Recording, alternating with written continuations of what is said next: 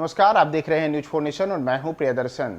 बिहार में भले ही राष्ट्रीय जनता दल और भाजपा दो अलग अलग दल हों, लेकिन इन दोनों दलों के दो प्रमुख नेता अब एक दूसरे के मकान में शिफ्ट हो रहे हैं। जी हाँ, मैं बात कर रहा हूं राजद नेता तेज प्रताप यादव की और पूर्व उप मुख्यमंत्री तारकिशोर प्रसाद की। तारकिशोर प्रसाद अब तेज प्रताप यादव के मकान में रहेंगे, यह बात सच है, इसकी पुष्टि हो चुकी है। बाकायदा इसके लिए उनके नाम से पत्र भी जारी हो चुका है कि अब भाजपा के जो विधायक हैं तारकिशोर प्रसाद, जो पहले बिहार के उप मुख्यमंत्री थे, वह अब तेज प्रताप यादव के मकान में रहेंगे। ऐसा क्यों हो रहा है, किस लिए हो रहा है और ऐसा क्या कारण आ गया कि अब तारकिशोर प्रसाद को तेज प्रताप यादव के मकान में रहना पड़ेगा, इसका एक बेहद खास कारण है। दरअसल सत्ता परिवर्तन के बाद अब राज्य में सरकारी मकानों की अदला बदली भी हो रही है।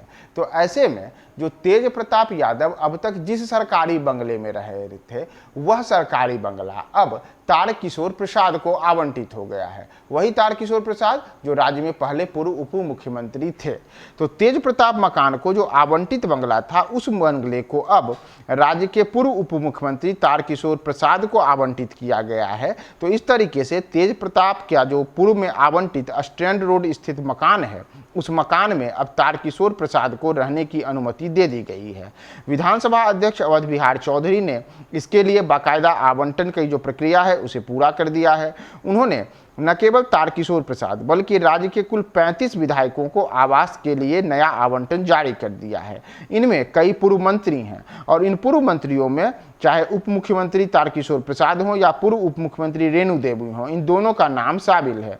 जहां तारकिशोर प्रसाद के लिए तेज प्रताप यादव वाला स्टैंड रोड का मकान दिया गया है, वहीं पूर्व उप मुख्यमंत्री रेणु देवी को एक ऑफ पोलो रोड स्थित मकान में दिया गया है। इसके अतिरिक्त नितिन नवीन, जीवेश कुमार और प्रमोद कुमार जो पूर्व में मंत्री थे, उन्हें भी अब मंत्री वाला बंगला छोड़ करके विधायकों वाला आवास दिया गया है और वे अब अपने अपने मंत्री आवास से शिफ्ट होकर के नए विधायक आवास में चले जाएंगे। तो दरअसल जो मंत्रियों को मिलता है वह मंत्रियों के लिए एक बड़ा बंगला होता है। वह पटना के अलग अलग जो पॉश इलाके हैं और जो वीवीआईपी इलाके हैं, उन इलाकों में कई मंत्रियों के लिए खास तौर पर उस स्तर के बंगले बने हुए हैं। उन्हीं बंगलों में अब तक, चूंकि ये तमाम जो भाजपा के नेता थे वो पूर्व में 1 महीने पहले तक नीतीश सरकार में मंत्री थे, चाहे तारकिशोर प्रसाद रहे, चाहे रेणु देवी रहे, जीवेश कुमार रहे या शेष अन्य जो अभी तक मंत्री बने हुए थे वो नेता हों। तो अब चूंकि सत्ता परिवर्तन के बाद अब ये तमाम नेता विपक्ष में आ गए हैं, इसीलिए अब इन नेताओं को मंत्रियों वाला बंगला छोड़ना पड़ रहा है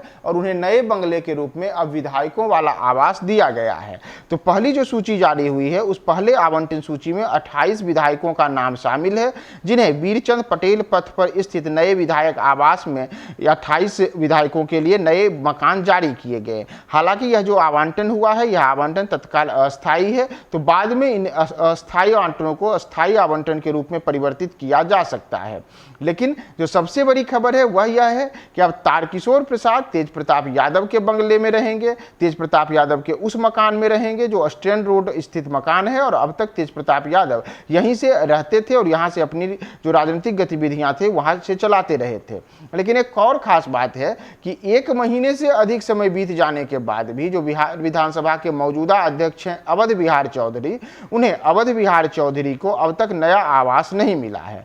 दरअसल अवध बिहारी चौधरी जो अभी जिस मकान में रह रहे हैं वह मकान विधायकों वाला मकान है और पूर्व विधानसभा अध्यक्ष विजय कुमार सिन्हा जो इस समय बिहार विधानसभा में विपक्ष के नेता हैं, तो इस लिहाज से वह केंद्रीय कैबिनेट में केंद्रीय मंत्री का दर्जा प्राप्त हैं। तो ऐसे में पूर्व विधानसभा अध्यक्ष विजय कुमार सिन्हा ने अभी तक अपना जो पुराना बंगला था वह नहीं छोड़ा है, क्योंकि उन्हें विपक्ष के नेता के नाते जो दूसरा बंगला मिलना चाहिए था वह दूसरा बंगला अभी तक उन्हें नहीं आवंटित किया है। विपक्ष के नेता के लिए निर्धारित आवास में इस समय उप मुख्यमंत्री तेजस्वी यादव रह रहे हैं।